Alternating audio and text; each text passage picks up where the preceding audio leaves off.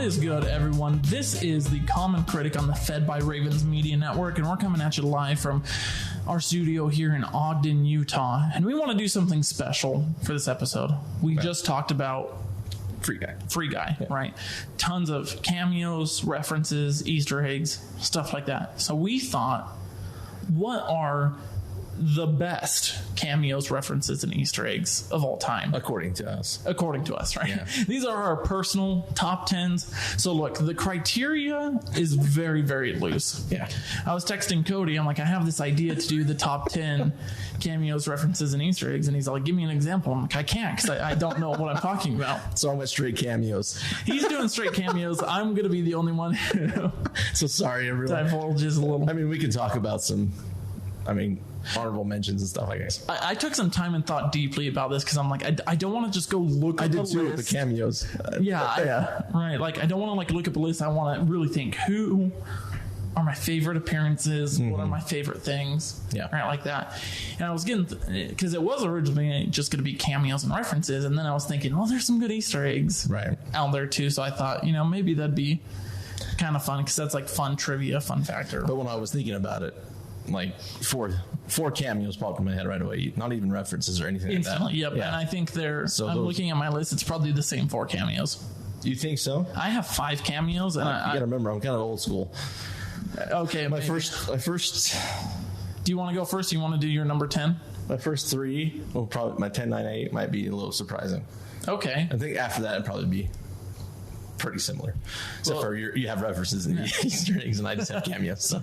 Well, you had my curiosity, but now you have my attention. Well, number 10 might not. I watched that movie today, by the way. Anyways, which one? Django. That's Django. That's nice. Yeah, anyways, number 10, Brad Pitt, Deadpool 2. He barely, and that's my honorable mention. Barely didn't make it. Because I remember watching that and it just popped up. And so when we talked about it earlier today, it's one of the things that just popped straight in my head was Brad Pitt's cameo. Oh, Deadpool 2. Hilarious, right? But it wasn't like, it was quick and you blinked, you missed it. You blink and you miss it. Yeah. So, but that'd probably be, that's my number 1, or my number 10 cameo. Well, I'm going to throw out randomly just 3 honorable mentions for you. 1, that one, and then 2, Channing Tatum and Chris Evans from Free Guy. It was hard for me to not put them on my top 10. I'm like, is this recency bias? No. I'm not going to put it on my top 10. And some of the honorable mentions for me is probably Samuel Jackson, The Rock, and the other guys. Dang it. Dang, I didn't even think about that one. There's so many. That probably would have cracked my top 10, honestly. But it's honorable mention. Okay. My top 10 is not a cameo, but it's we'll call it a reference. And the reference is anything shaken, not stirred. Okay. And I just say that because I remember quoting it all the time growing up, and I still do, right? It's just a fun, dumb thing you do as drinks. Movies quote it all the time. All the time. Yeah, it's like one of those things, and it's like a big staple of the James Bond, right? You know, the shaken, not stirred. I bet there's people out there who say that and they have no idea it's from James Bond. Oh, absolutely. They think it's just a saying. Yeah. Yeah. No, it's I have this theory on why Queen is the most popular band of all time. It's because they're the most recognizable. You go do the, anywhere, and people are gonna get it. It's a similar principle to this, shaken not stirred. Whether you know it's from James Bond or not, you know the saying. That is a strong number 10, my friend. Yeah, well, I had to get in James Bond. That is great. I think yours beats my number 10 for sure. No, well, what's your number 9? Now this is out of left field, but when we were talking about reference cameos, Brendan Fraser. Okay. Him and Pauly Shore did a little movie called Encino Man back in the 90s. Yes. And ever since then, every Pauly Shore movie had a Brendan Fraser cameo in it. Whether it be I didn't know in the Army Now, Son-in-Law, there's another one I'm missing. But Brendan Fraser just shows up. And they call him Link in every single one of them, which is his name in Encino Man. So it's like Sergeant Lincoln in the Army Now, and then there's another, they call it the Missing Link or something like that. And yeah, that's my number 9. We're big fans of Brendan Fraser. Yes. We've heard he's going through kind of a tough time, but he has our support. I think he's coming back. I think, he's going to be, I think it's the new Wes Anderson movie. I want to say, no. It's the new Martin Scorsese movie. Yep. Fantastic. Bring back Brendan with Fraser. Leo and all those guys. So he's excited. I saw actually a thing on it. Yeah, an interview on it with him. So awesome. Welcome back. My number 9 is going to be an Easter egg, and that's all Pixar movie crossovers. Anytime they reference one of their different movies, they have the ball, they have the Pizza Planet truck, anything like that. Anything Pixar that, there's tons of, they mix characters and whatnot. The Pixar universe. Yeah. Right. Yeah, Pixar, Disney. That was probably my honorable mention for sure. Yeah, so I was really thinking of, the different references, Easter eggs, and, whatever you want to call this. Maybe even cameos, right? But well, there's a cameo in Frozen too, right? Well, yeah, From but that's Rapunzel. That's not Pixar, though. Oh, I guess that's Disney. That's just the Disney. All right. Sorry. Right, but look, any of the Pixar crossovers is good in my book. Okay, let's go to number 8. Number 8, staying old school. Yes, Danny Glover in Maverick. No, don't even. The blank stare in your eyes right now is telling me you don't even know what I'm talking about. Yep, I'm ashamed. I never like to admit that I haven't seen something on this podcast, but so Lethal Weapon. I'm sure you've seen those. I have seen Lethal Weapon. Yes, yes, all of them. I hope so. Great movies from the 80s and 90s. You haven't seen your hopes. Anyway, so Danny Glover shows up. So apparently, I like the cameos that right. You were in the old movie, and then they bring it back. It was kind of a 90s thing to do. Yeah. Anyway, so Maverick is a Mel Gibson movie where he's a gambler and he gets held up at a bank and it's held up by Danny Glover, and they sit there and they kind of look at each other for a minute, and Mel Gibson pulls down his handkerchief and is like, do we recognize each other? kind of thing. So it's a cool moment in the movie.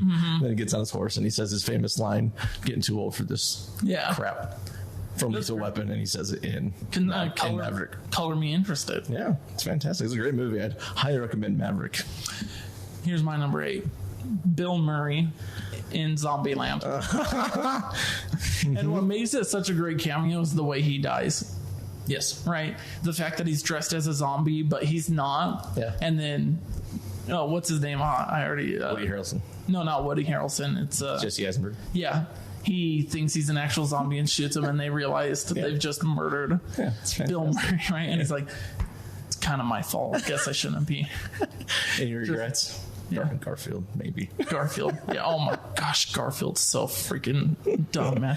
But like dressed as a zombie just to go play golf. I think this is where we're going to start crossing over. Okay. Because that's in my list, but not that far down. Okay. Well, we're on 7? Number 7. I'm going to go Matt Damon in Euro Trip. Okay, a lot of people consider that the greatest of all time. It's fantastic, and it's in the music video. Yeah, it Scotty is. doesn't know. So if you haven't listened to that or watch Euro Trip, don't watch Euro Trip because it's pretty terrible. But watch the cameo of Matt Damon dressed with piercings all over and tattoos, screaming and yelling in a microphone. One of the greatest all-time cameos, I think, in movie history. Matt Damon, also famous for some clever cameos. Thor Ragnarok playing the actor low-key. Yeah. That's a big deal, right? Yeah. Kind of sucks we can't have Matt Damon in a serious role in the MCU, I think. That's kind of shot, but Interstellar, was that a cameo? No, I mean, it's not he's very... an actual actual character, but it's all right. My number 7, another Pixar reference or something. I don't know if this is an Easter egg. All right. Do you know in Toy Story in Sid's house, the carpet? Yeah. Do you know this one? I was going to put it down. I should have. For those of you who don't know, the carpet in Toy Story in Sid's house is the same carpet from The Shining, the hotel. Mm-hmm. So that crazy, murderous, haunting, disturbing movie. Yeah, they put that in the first ever Pixar movie. Why? I don't know, but from what I understand, big Stanley Kubrick fans, I guess. Yeah, because Stanley Kubrick and Pixar have so much in common. But from what I understand, Pixar Studios has been trying to force The Shining references into a lot of their movies. I don't know why. They must just be big fans. I'm guessing. That's all I'm guessing. One of the old animators came out and said every time they do a movie, someone has an idea for a Shining reference. Yeah. Why? Yeah. I don't know. They probably love it. I mean, it's a good movie. I mean, I love it too, but we're talking kids' movies, man, and like this. A lot of people consider The Shining very haunting. As raising my hand right now, yeah. But the kids are not going to get it. They haven't seen The Shining. No, but it's probably more for... It's the energy, man. It's the vibes. No, I'm just kidding. But the evil spirits. The evil spirit. Yeah. You're number 6. We're getting closer to the top 5. I don't know if it's cheating or not, but all the Stan Lee cameos. No, it's not cheating. But I'll give you my favorite one. No, let me ask you this. Why is it so low? Because there's a lot up there that I really, really enjoy. I really thought it'd be more in the top 5. It is top 5. No, we're number up 6. Yeah. So, sorry. Well, let me hear your favorite one. The original Iron Man. But that's not the original because he's been showing up since like forever. Oh, you know what I mean. Okay, MCU so the first original. MCU. Yeah. When Tony Stark When he's playing Hugh Hefner. confuses him with Hugh Hefner. Or is Hugh Hefner? Yes. I'm trying to think of my favorite one. The Black Panther one is really funny when he steals T'Challa's chips. Yeah. Right? That's a good one. I'm trying. Tony Stank is pretty hilarious. Yeah, I was going to say the Civil War one is really hilarious. That one's the second close one. He really started to get some lines later on. You look at like Sam Raimi's Spider-Man movies, he just like pops up. Yeah. Right? Because he had that one horrible line, I think, in Spider-Man 2 where he just like butchers it. It's like or Spider-Man 3 or something. It's probably Spider-Man 3, the worst one. Yeah. But I can't remember what it was.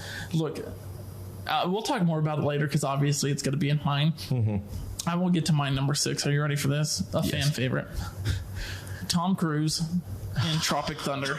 You keep taking all my top ones, man. Is it? Well, because you only did cameos. I have references and Easter eggs to get through too. I'm sorry.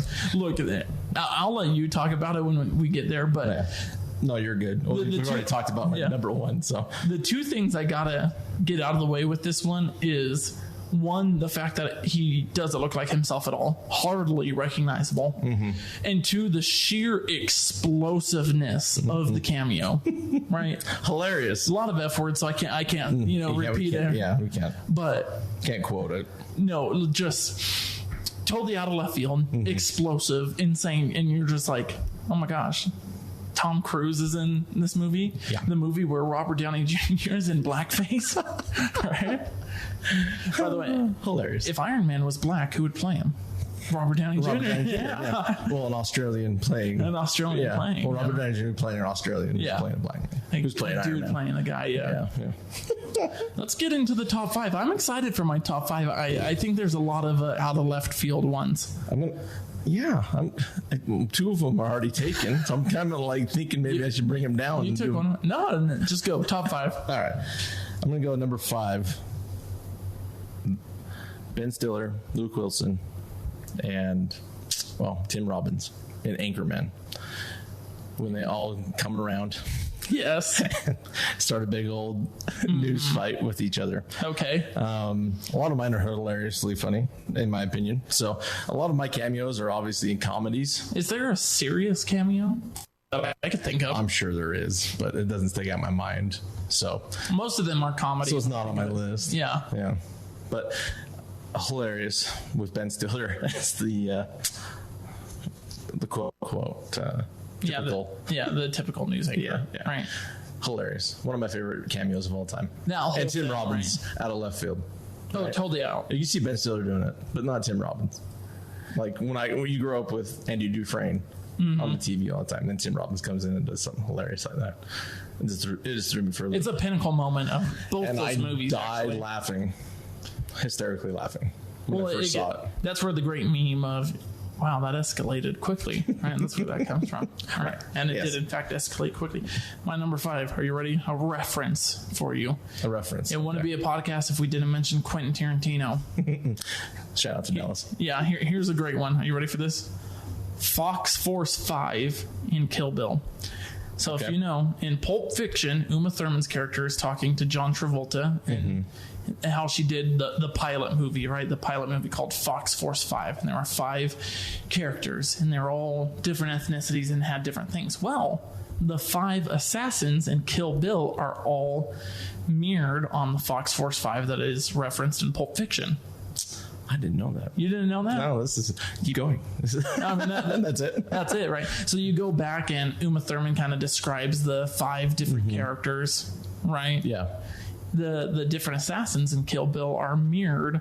That's cool. Loosely based off of that. And Quentin Tarantino promised people after Pulp Fiction that there will be essentially a Fox Force 5 movie. Okay. That being the 2 Kill Bill movies. That's awesome. Now, it's interesting because do you consider Kill Bill the pilot or the sequel, or what is it? Is it truly the Fox Force 5, or I don't know? I would guess it's truly the Fox Force 5. Probably not. Yeah. Number 4. Well, kind of along the... maybe you already have this written down. We'll see. Well, no, it's not on my list, but it has to go with Quentin Tarantino and Kill Bill. Not Kill Bill, Pulp Fiction, and Nick Fury. Dang it. Okay. No, I don't want to say anything. No, keep going. No, it's not on my list. It's not? I was wondering if you had it on your list. Well, spoiler. No, maybe not, maybe so. Anyway, my number 4 is Bob Barker and Happy Gilmore. Jeez. Need I say more? The Price is Wrong. Yeah. Snitch. We'll say snitch. You want to know my favorite part of that whole Bob Barker thing? It's not even the Bob Barker. Me and my buddies used to quote this all the time, all through 4 years of high school. Across the quad in high school, we used to just go, Happy! The guy in the background, when he finally punches out Bob Barker, and you just hear that guy in the background cheering for him. It's like super random. Yeah. But the fact that Bob Barker takes out what we see as the hardened Happy Gilmore. Hilarious. Oh, yeah. So funny. Hilarious. One of my favorite cameos. It was hard for me to... You want to know something? I kind of wanted to hire, but it's there at number 4. I didn't even think about it. I can't. It would have cracked my top 10 for sure. Yeah, if I had thought about it. That's the problem with sometimes doing these top 10 lists. Is there's ones you just think about and then you feel bad for not having it on. We've established that. I'm sure there's a bunch of references and Easter eggs that I feel terrible not having on my list. But it's all good. Are you ready for my number 4? Yes. The entire movie of This Is the End. I mentioned it in our review for Free Guy with Channing Tatum. It's a bunch of cameos and references. It essentially is, right? People just play themselves. They're playing themselves. Yeah. Paul Rudd comes out of nowhere for 20 seconds, right? You think of the star power. Michael Cera. Mm-hmm. Yeah. I'm trying to think of the people. Emma Watson. The people who die or come and go: Channing Tatum, Emma Watson, Aziz Ansari, Danny McBride. I guess he's more of a...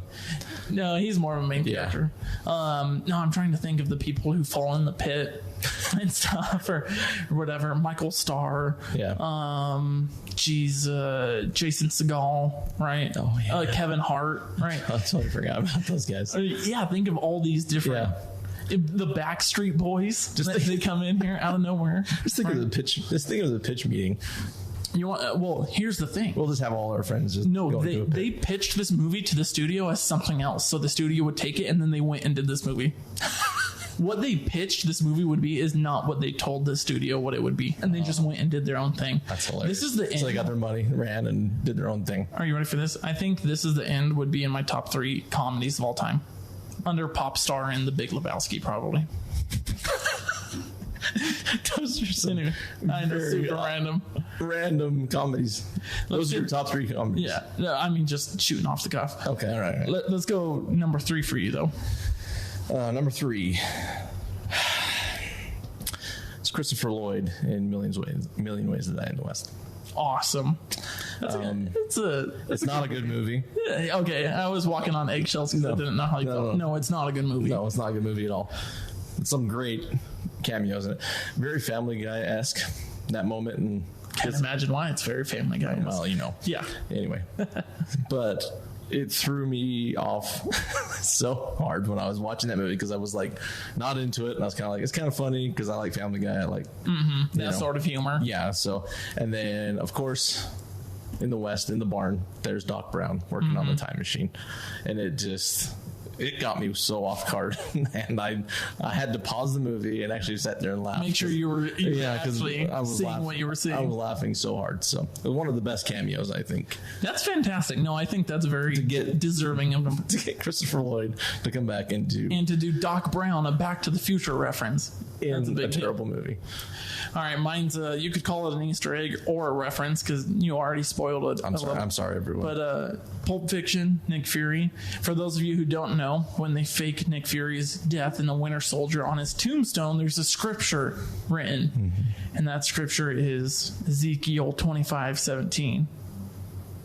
Yes. And that's it. Yeah, it's just it's a Jules. You want me to look it up more? No. Jamie? I thought about memorizing it at one point. I tried, but this was like years ago. I thought about memorizing that whole monologue. Right. Yeah. My favorite monologue of all time, is that Jules to Timothy Roth in the diner. It's great. Number one. Yeah. So it's hard to argue. So that would have been in my top 5 references as well. So if you had thought about it, okay. I did think like ish, yes, around ish, yes, I guess. So my top 2 are obviously not. We've already talked about them, but number 2. You've already talked about my top 2 also. So I'm sorry. Tom Cruise, Tropic Thunder. Is it Rex Grossman? Yes, Rex Grossman. Fantastic. Out of the Left. And just, we kind of talked about everything that needs to be talked about with it, but when I first watched Tropic Thunder, that was definitely by far my favorite part of the movie. And that's with Robert Downey Jr. and Jack Black. That's a stacked cast in that movie. And doing what they're doing in Tropic Thunder. And that one got me. That's a movie that kids nowadays won't understand. And Tom Cruise as Austin Powers. Yeah. Okay. I thought about Tom Cruise as Austin Powers. My number 2. You've already mentioned it. You've already mentioned both of mine, but I'm going to expand and I'm going to cheat a little on my top 2 to make it a little bit different. Okay. Anchorman, yes, but I'm taking all of the Anchorman fight scenes. So that includes number 2 when Will Smith and Liam Neeson and all these different people just come out of nowhere. Because in number 2, you think like number 1 already has like the crazy cameo, number 2 takes it even further. Oh yeah. Have you seen number 2? Yes, I've seen number 2. Okay, I watched number 2 3 times in theaters when it came out. Just like in a row. Boom, boom, boom. You were young, weren't you? Very young. Okay. Well, no. I was 19. Okay. All right. Sorry, I'm just saying I wasn't. I like number 1 better, obviously. Anchorman number 1. No, of course I like number 1 better. I think number 2 definitely still fits in. I really liked. So who is it? So it was Liam Neeson, Will Smith. Oh, geez, Jamie, pull that up. I don't know if we have time, but there's a ton in it. Mm-hmm. Let's see, back in 2013. I just remember thinking Ben Stiller would come back. Jeez, I'm trying to look through the IMDb. That's all right. Yeah, I can't get into it right now, but it is. Oh, I think Harrison Ford was in it and a lot of stuff. So, but I'm taking the whole thing because it's so much. Okay. Right? So I want to expand mine a little. So that's my number 2. Okay. But now we're getting to number 1. Did you mention that I already said your number 1? Yes, you did. Okay, what is it? I don't know why it's so low. It's Bill freaking Murray in Zombieland. Yes, that's your number 1. My number 1. I mean, it was number 8. I mean, that's pretty good. But why is it your number 1? Why is it not your number 1? So let me take you back to 2007. Okay, take me back. We're watching Zombieland. We're like, we want to watch a scary zombie movie. Mm-hmm. Or a zombie movie for Halloween in my friend's basement. Yes. We plop it on. It's fantastic. Mm-hmm. I enjoy Woody Harrelson, Emma Stone, up and coming. Jesse Eisenberg. He still bugs me. But okay, whatever. Not much in that movie. Yeah. Anyway. But I was enjoying the movie, and then you gotta remember the era I come from. Yes. It's Bill Murray, Woody Harrelson. Kingpin's one of my favorite movies of all time. Yes, it is. And so to see those two back together, and for Woody Harrelson to freak out like he does as a fanboy, just made my heart sing. That's why it's my number 1 That's fine. Cameo of all time. Hard to argue. Yes. My number 1 cameo of all time, Stan Lee. Okay. Yeah, hard to argue. Look, it's coming. It doesn't surprise you, but it's the heartwarming of there he is. There's Stan Lee. Nice to see him, right? And the thing that breaks my heart is he wasn't alive to see it completed. Yeah. It's tough to think about. He saw it from We'll get that one last cameo. He saw it from the next guy. Thanks for sticking with us. Hey, this has been our Cameos references and Easter eggs episode. If you're watching, that's tough to say.